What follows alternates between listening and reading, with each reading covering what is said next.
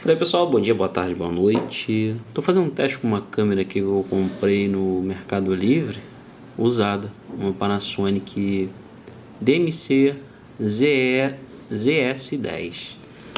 Essa câmera eu consertei uma na empresa, fiz um reparo do bloco óptico, desmontei o bloco óptico inteiro para fazer o reparo de íris.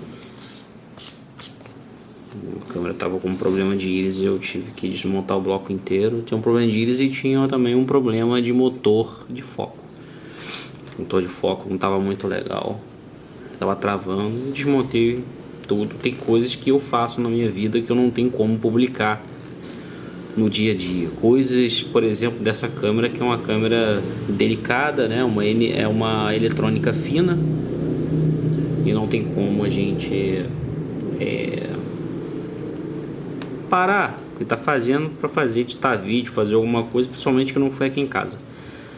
Essa aventura eu fui lá na empresa onde eu trabalho, que a gente também é autorizado a Panasonic, e o cliente sempre busca, né, autorizada por algum recurso que tenha, né, para poder fazer o reparo da câmera, né? Então, aí eu, depois do reparo, eu fui, gostei, guardei o nome dela até hoje, e eu consegui comprar uma em bom estado até, de uma menina lá de Manaus, e ela hoje está aqui fazendo esse vídeo. Eu estou fazendo um teste para saber até onde vai a bateria, até onde vai o cartão, né? Tem uma bateria que eu já vi que não está muito legal, mas tudo bem. Então eu estou aqui dando andamento ao recap do seu Amilson.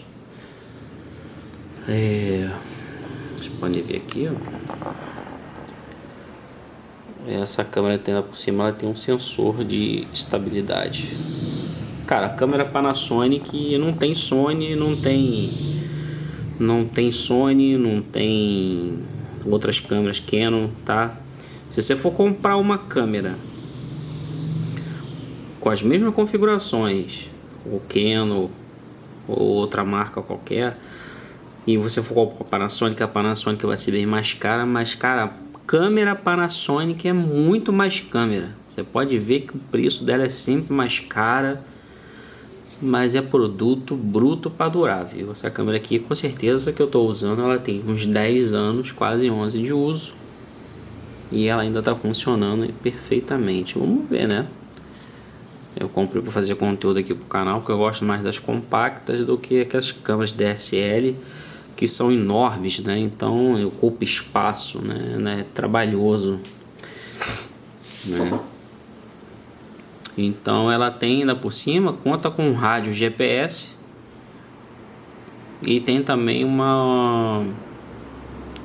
arquivo dela é um arquivo bom também, o AVSH, o mesmo da Sony, né? E tá funcionando muito bem. Eu tô aqui terminando, vou pegar esse capacitor e colocar aqui dentro dessa caneca aqui pra gente não perder a abraçadeira onde vai preso o gabinete no gabinete do aparelho ali no chassi. Então a questão toda é a seguinte, também, que eu tenho para falar para vocês, cara. Se você não quer se incomodar, não compre vintage, tá? Não só coisa vintage, equipamento de áudio vintage, cara. Caixa de som, inclui também veículos, tá? Por exemplo, o pessoal está acostumado a carro antigo, né? No caso, Fusca, Chevette, Opala, pode ser Maverick, né? Qualquer outro tipo de carro aí antigo, né? Porque o carro antigo, ele sempre vai ter uma coisa para fazer, cara. Limpeza de carburador, o distribuidor platinado tá ruim, ou você vai ter que fazer ajuste de válvula, tá? E o vintage também segue o mesmo padrão, tá? O técnico vai, conserta o seu vintage, ele dura aí, vai durar aí funcionando aí. Se for uma coisa bem feita, ele fica uns 5, 6 anos, às vezes 10 anos sem te dar reação nenhuma. Mas se for uma coisa assim mais enxugada, manutenção mais enxugada, ele vai te dar uns probleminhas aí para frente, né?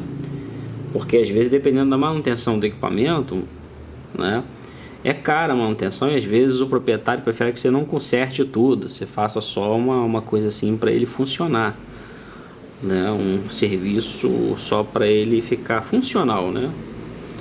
Então, o que acontece? Esse aparelho ele vai te apunhar daqui a um tempo, entendeu? Se você utiliza ele com frequência, então ele vai te apunhar mais ainda, né? Tem equipamentos que vão funcionar, tipo assim, o aparelho pode funcionar, tipo assim, um receiver, por exemplo, ele pode parar de funcionar um rádio, entendeu? Um canal pode começar a chiar, né?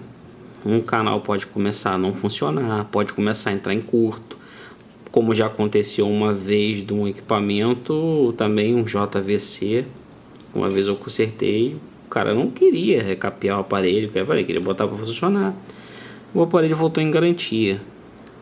Mas por que o aparelho voltou em garantia? Porque não foi feita uma revisão. Foi feita uma revisão ao qual o cliente não queria botar tudo funcionando, etc. Cara, então, quer dizer, o vintage ele sempre vai te aborrecer uma coisinha. Um vinil, por exemplo, tá funcionando. Aí você vai botar um belo dia, você vai ver a correia tá arrebentada, porque laceou a correia. Tape deck, então, nem se fala, tá? Você conserta um tape deck, o cara escuta aquele negócio lá 3, 4 vezes, depois ele não escuta mais, né? Então, aqui que eu tô fazendo, eu pegando para aproveitar, olha só o problema aqui. Se eu pegar um capacitor desse aqui, esse aqui é um capacitor aqui que tem 40 anos, quase 50. Esse capacitor aqui é o capacitor mais novo. Então, para aproveitar, para poder dar ali, ó, só que eu tô fazendo uma adaptação aqui. Eu já fiz isso aqui nos receivers do Grec também, pra gente não perder essa abraçadeira aqui, né? Então essa aqui é a questão, pessoal. Se você não quer se aborrecer, cara, não compra vintage, compra um microsystem, um Blu-ray, entendeu? Um DVD, tá? Porque o equipamento vintage, por ele ser antigo, ele vai te aborrecer daqui a um tempo com a manutenção, tá? A maioria das pessoas que eu conserto aqui os vintage aqui em casa, o pessoal pelo menos tem compreensão, né? Mas tem cliente que não tem compreensão. Um dos problemas que ocorrem com os equipamentos, às vezes você conserta um equipamento de um cliente, ele acha que ele tem que durar mais 50 anos funcionando de boa, sem aborrecer a vida dele, né? Deixa eu botar isso aqui. Não deu certo o que eu queria fazer. Pagou tudo. Então essa aqui é a questão, tá vendo aí? Você vai, planeja uma coisa, quando vê não dá certo, né? Pro técnico então é terrível você trabalhar com vintage, porque às vezes o cliente traz o equipamento para você, ele tá funcionando, né? O cara quer que você faça uma revisão, faça um recap, alguma coisa, e no meio do caminho acontecem problemas como a saída de áudio parou de funcionar, gerou um ruído, entendeu? Você tá com ruído em algum canal, um pré de tanner não funciona porque você mexeu, né? Então isso aí o cliente tem que ter paciência para esperar. Eu tô com esse equipamento aqui que ele tem muitos resistores de carvão, então eu estou substituindo os resistores de carvão por resistores de metal filme. E o que acontece? Olha só, esse resistor aqui é uma fonte de alimentação, tanto que vai para o pré, tanto que alimenta um complementar diferencial de entrada, o primeiro estágio do amplificador aqui em cima. Aí eu já mexi no amplificador aqui em cima, troquei os resistores. O que acontece? Eu botei os resistores com uma precisão bem mais justa, né? Então o que acontece? A nossa rede elétrica também, por ela ser muito alta, né? Eu tive que diminuir, botar mais um resistor aqui, esse aqui de 1K, botar mais um resistor aqui para não sufocar o primeiro estágio do amplificador, porque o amplificador estava horrível em volume baixo, tá? Então eu tive que fazer essa adaptação para ele funcionar, né? Como outras coisas eu estou modificando, eu quero ver se alguma parte do equipamento vai ser retransistorizado, né? Então isso tudo leva tempo, leva estudo, né? E o cliente, tem cliente que tem compreensão, como o caso do seu Hamilton. Esse aparelho está aqui desde dezembro, acho, do ano passado ou novembro. E eu estou trabalhando nele aqui. É um equipamento bem antigo, acho que foi um dos que eu peguei aqui, foi esse cara, foi o mais antigo que eu peguei, né? E eu acabei colocando em 220, ele funcionava bem, em 110 não, porque a rede elétrica caía quando eu passava, que é 110 volts.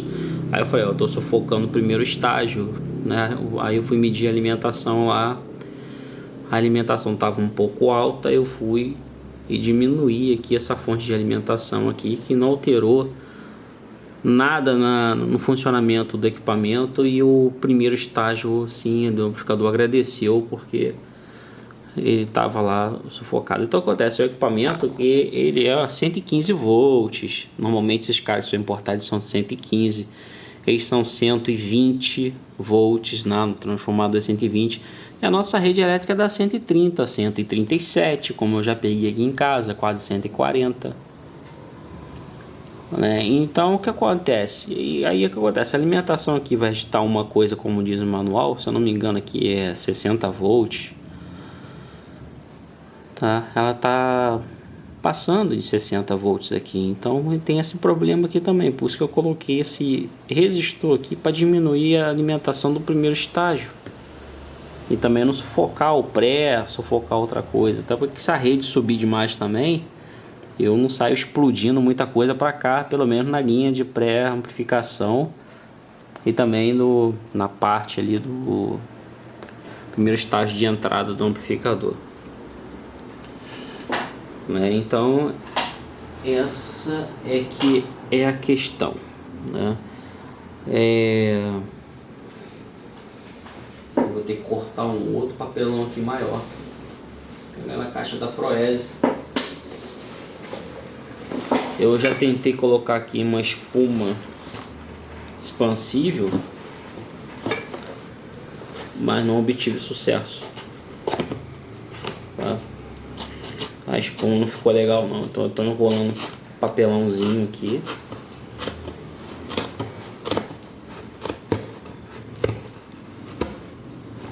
Então você tem que aguardar, cara, porque restauração eletrônica, ela parece fácil, tem coisas que realmente chegam aqui são fáceis, mas tem coisas que não é, principalmente quando é reparo de canal, tá? Muita gente pega, troca transistor e o equipamento explode de novo porque não foi feita uma boa análise, entendeu? Às vezes o material que foi utilizado também não é de boa procedência e, infelizmente, às vezes nem é culpa do técnico, o problema todo é a questão dos nossos fornecedores, que eles só compram coisas da China, né? Então essa aqui é a questão. A gente fica vendido, infelizmente, ao chinês até hoje por conta disso. Isso aqui parece uma coisa muito feia, né? O que eu tô fazendo aqui, mas é uma coisa bem útil e salva. Se você for olhar por cima, parece que o aparelho não foi trocado os capacitores, tá? Na verdade, não haveria nem necessidade de trocar esses capacitores de 25 volts por 1000, de 80 volts por 4700, tá? Esses capacitores têm a capacitância maior, dificilmente eles costumam alterar a sua ESR, mas como no caso desse aqui, esse equipamento é muito antigo. Normalmente nos gradientes às vezes eu não troco esses caras também, no Quasar também não, mas por uma questão do que você já está fazendo um recap geral, a gente acaba substituindo sim. Eu peguei um Sansui aqui que o capacitor estava bom, estava dentro da margem dele, não precisaria trocar o capacitor da fonte, tá? Os capacitores principais, né? 6.800, 4.700, eles normalmente não alteram com tanta facilidade assim. Os capacitores menores, de capacitância baixa, tá? e tensão alta, eles costumam alterar bastante. 4.7, 100 micro, 220 altera bastante. 22 microfarads, 0.47, esses pequenininhos 0.22. Deixa eu ver se eu tenho capacitor aqui para mostrar aqui.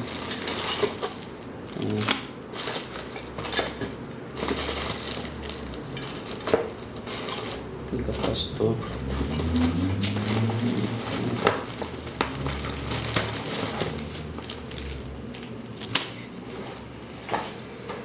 Esse capacitor aqui também eu costumo comprar na Proese, usa bastante, é o Sheng, é de marca boa, inclusive a LG trabalha com esse tipo de capacitor aqui. Trabalha com Sheng, são capacitores bons também, não dá tanta porrinhação assim. Tá? Porque a gente hoje tem que saber o que você vai escolher para botar no aparelho. Não que esse capacitor não vai dar problema, né? Mas são os menos piores, né? Que tem no mercado é o Sheng, Epicus. Eu falei com o Eleutério essa semana para ele ver se ele consegue com um fornecedor capacitor Lelon, né? É específico para áudio. Eu acho que no fornecedor dele deve ter. São ótimos para áudios capacitores. Normalmente eles têm a cor, é azul, é verde, amarelo. Já que a gente não consegue comprar essas grandes marcas que a Panasonic usa, Nichicon, Elna, só se você for comprar de algum fornecedor lá fora, né, nos gringos. DigiKey, Mouse,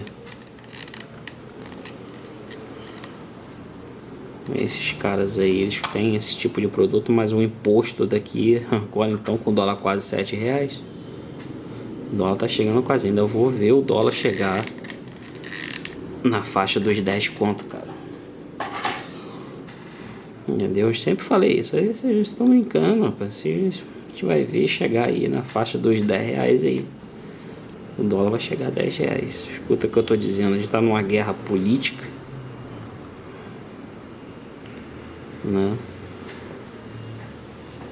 Então ele fica embrulhadinho aqui, eu faço um enxerto com... Eu faço um enxerto aqui com um papelãozinho, ele fica preso aí. E o dia que precisar fica fácil também para tirar, para substituir.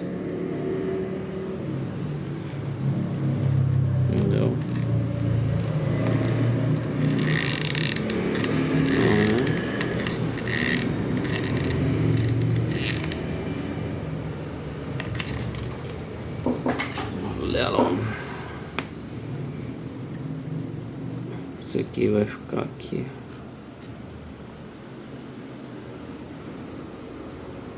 Uma pontinha aqui assim. Aí depois eu passo a mãozinha aqui assim, pra dar um acabamento nele. Até porque você tem que ver, né, onde é negativo, onde é o positivo. Então você vê com o capacitor de hoje, ele dá dentro da caneca do de antigamente, né? Por causa da tecnologia.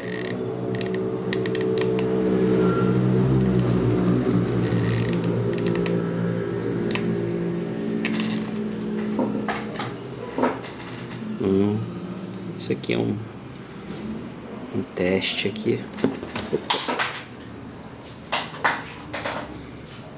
Caiu.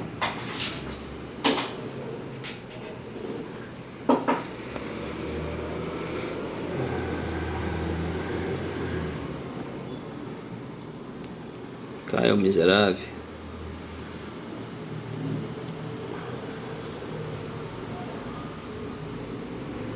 Tá aí.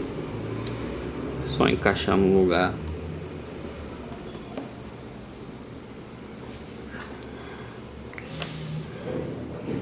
Entra aqui a abraçadeira.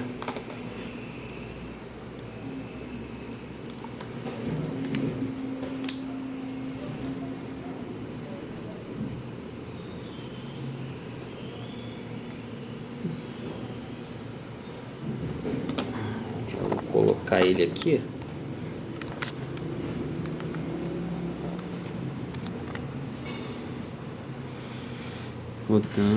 Aqui já tá cortado aqui, eu cortei pelo pino dele para não ter que soltar o emaranhado aqui de fio. E a parede tem fio pra caramba.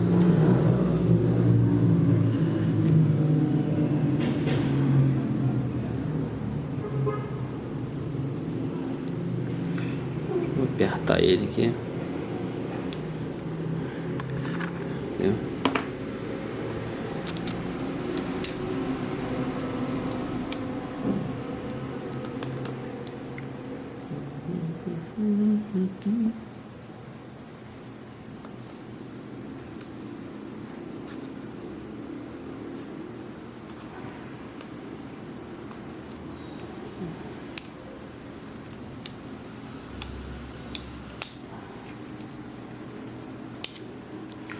Assim, a chave de boca aqui, pegar o alicate.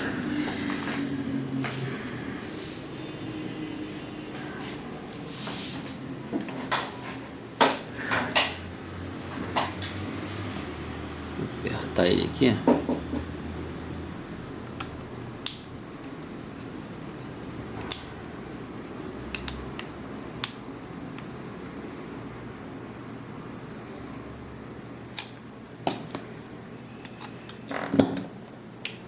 Os caras colocaram um lacre líquido aqui.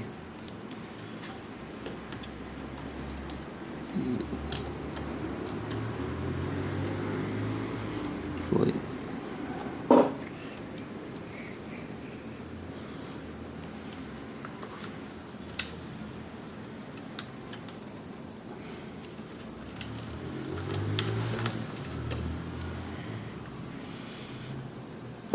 Já passou de 22 minutos e ela ainda continua gravando. Se fosse a Panasonic não, a Sony, ela já teria parado em 20 minutos. Ela grava de 20 em 20.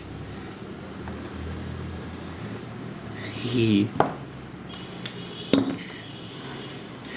ela grava de 20 em 20. Isso aí é mais valente.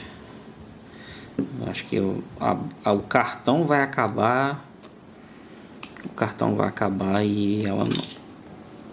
E a bateria ainda vai estar boa e ela vai querer gravar mais.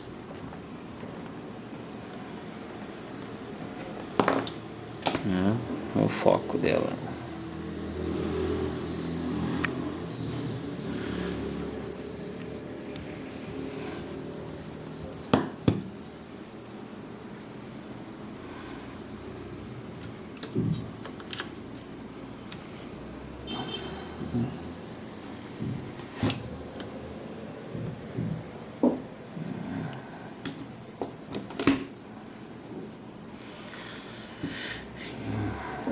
De obra danada que tá isso aqui, cara.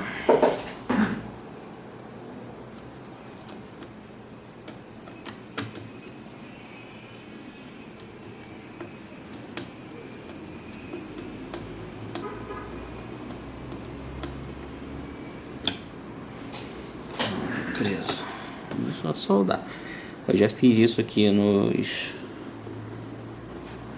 saídas de áudio, no acoplamento de saída do canal RL, na fonte, tem uma outra fonte aqui. Agora eu vou estar indo para essa aqui, é a última.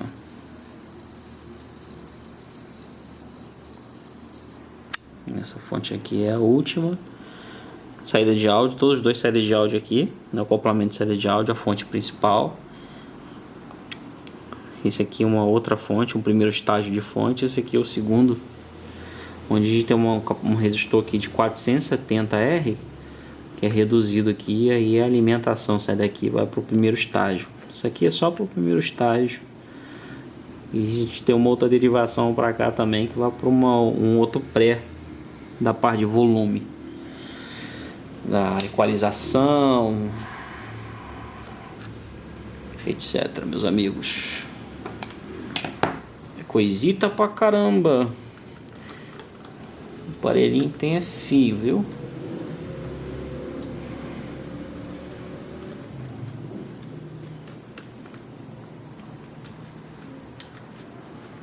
Vou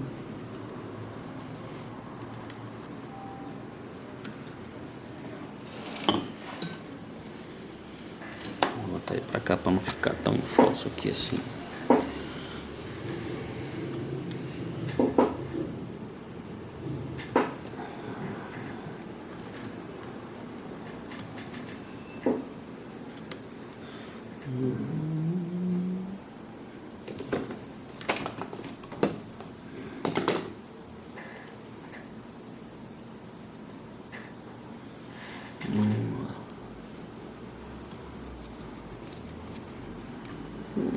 Aqui é um vídeo sem edição e não vai ser editado, só tô dando uma dobra aqui para poder ter campo para poder soldar de volta o fio aqui.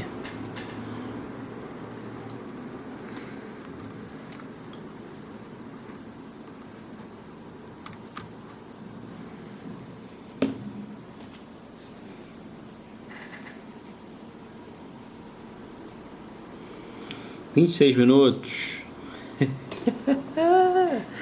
Lá vai ela. Panasonic é Panasonic. Falei pra vocês. Bichinha valente.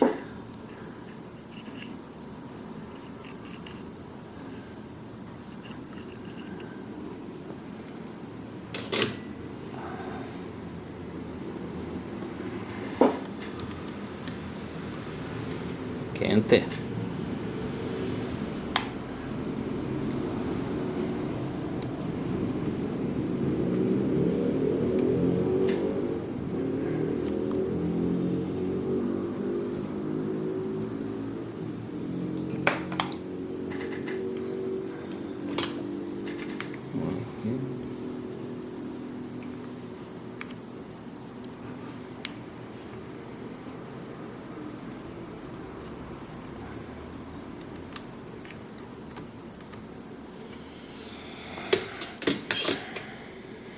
Tá presa a aranha aqui.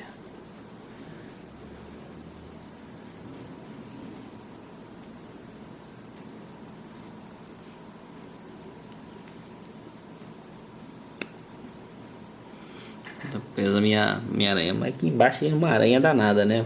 Isso aqui lembra muito o rádio valvulado, né? Tem o 470 aqui. Aqui tinha um resistor de carvão, também foi substituído.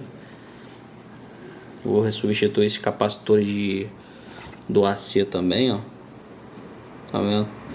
Aqui tinha, que também arranquei, porque esse cara costuma sair fumaça na casa do cliente, costuma explodir sozinho do nada, e um belo dia você vai ver esse dito cujo aí tá fazendo gracinha, entendeu? Tem uns componentes que eles gostam de fazer gracinha. Também capacitor. A fumaça danada assusta o cliente. Aquela fonte da HP que eu comprei, ela fez esse tipo de gracinha aqui em casa, um capacitor de poliéster. Ó. Um capacitor de poliéster que ela fez essa brincadeira toda. Isso aqui depois eu vou acertar, que eu quero testar primeiro. Aí a gente volta, testa. Aqui eu vou botar um termorretrátil aqui nesse resistor aqui também, só para ver como é que tá a estabilidade do aparelho. Por isso que eu digo para vocês, cara, dá trabalho.